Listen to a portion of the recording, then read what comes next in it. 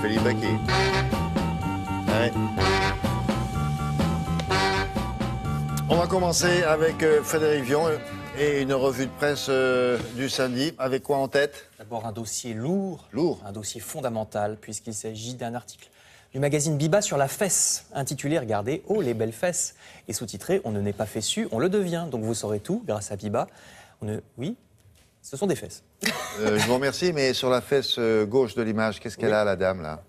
Un petit voile. Elle a un petit voile. Oui, elle n'est pas toute nue. Ah, c'est un voile, un nue, voile oui. appareil. Ah, d'accord, le voile est légèrement plissé. Qui est un peu Oui, plus haut. puis Parce que mouillé je me disais, surtout. c'est bizarre. Ouais, et mouillé. Il est mouillé. Oui. Expliquez-moi. Voilà. Donc vous saurez tout sur la manière d'obtenir une belle fesse ferme et rebondie, dossier agrémenté de photos dans un but scientifique, puisqu'il s'agit de montrer le sujet de C'est l'article. scientifique, mais c'est Oui, évident. pour montrer le sujet Vous de ne l'article. l'auriez pas dit, on Pour que l'aurait tout le deviné. monde voit de quoi il s'agit. Bien sûr. Et donc pas moins de 11 recettes pour avoir un joli derrière, comment se masser les fesses avec une crème anticellulite, comment se débarrasser de la dite cellulite, en buvant beaucoup d'eau citronnée par exemple, en ne restant pas assise trop longtemps, en ne croisant pas les jambes madame. Évidemment on fait du sport pour fesses, de la marche. Sport pour fesses? Oui, c'est de la marche. Ah oui. Et il conseille aussi des exercices de gym à faire chez soi. Même dans les transports, on fait des contractions, on monte les escaliers 2 par 2, tout sur la fesse, donc dans Biba. En tout cas, on évite les mauvaises graisses. Ce qui m'amène à ce dossier dans Prima sur les encas. Avec l'été, on a tendance à se jeter sur les sandwichs et autres snacks. Et c'est une erreur, pas seulement pour les fesses, pour le ventre aussi, pour tout. Parce que les sandwichs sont pleins de mauvaises graisses. Et en plus, on a encore faim après, en général. Alors, vous voyez le hamburger, le croque-monsieur, surtout le kebab à éviter si vous voulez vous affiner. Le moins pire là-dedans, c'est le wrap. Truc en bas à Qu'est-ce que c'est que gauche. ça, le wrap? On dit wrap maintenant, c'est comme ça. Ou la tortilla, quand on veut pas dire le Ah, wrap. une tortilla, oui. Voilà. En général, c'est le truc où il y a le moins 3 tonnes de sauce ou de fromage fondu.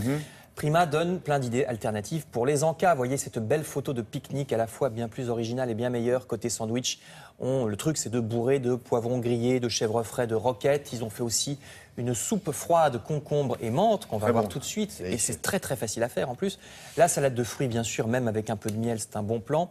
Et même ce beau gâteau que vous allez voir, il n'y a guère que des fruits. Les petites meringues, bon, ça c'est en plus, mais la base, c'est de la purée de framboise prise en gelée. Donc c'est très très raisonnable, c'est un bavarois pour de beaux pique-niques dans Biba. Je passe au magazine Pleine Vie, qui a eu l'idée de nous raconter les îles grecques via l'histoire d'Ulysse.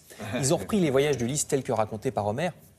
Alors il y a par exemple la Corse, où on suppose qu'il a rencontré les géants l'Estrigon, la Sicile, où il tomba de Charybde dans Scylla, vous savez, respectivement tourbillon et récif dangereux pour les marins. Djerba, où il rencontra les lotophages, bien sûr Ithaque, Ulysse et roi d'Ithaque, qui se trouveraient parmi les îles ioniennes à l'ouest de la Grèce. Alors tout ça, on le suppose. Pleine Vie fait une enquête avec des recoupements sur les lieux cités dans l'Odyssée et les endroits réels dont on pense qu'ils ont servi d'inspiration. Oui, et il y en a plein. Donc c'est surtout une occasion de choisir où on ira en vacances de nos jours, avec un petit alibi mythologique.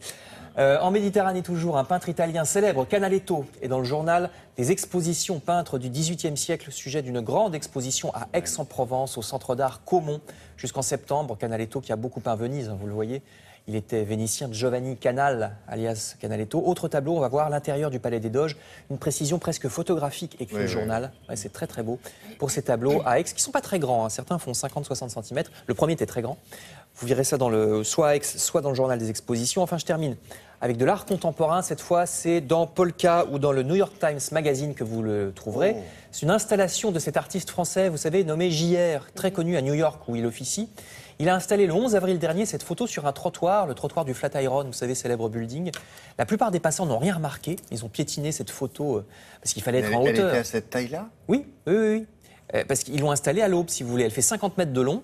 Ils ont, dans les premières heures du matin, ils ont collé ces affiches sur le trottoir. À partir de 3 heures, ça leur a pris 3 heures. C'est une photo d'un immigrant nouvellement arrivé à New York. Parce pour comprendre, vous vous rendez compte qu'il faut parcourir l'ensemble, sinon vous comprenez. Oui, c'est ça. Sinon, vous restez à la basket et vous comprenez. C'était vraiment pour la photo, parce que les passants pouvaient rien voir. Et lui, JR, il est dans un hélicoptère. Et il était très, très difficile de faire la photo, pour la petite histoire, parce qu'il fallait jouer, ou plutôt éviter les ombres des buildings. Vous savez qu'à New York, il y a toujours une ombre d'un building.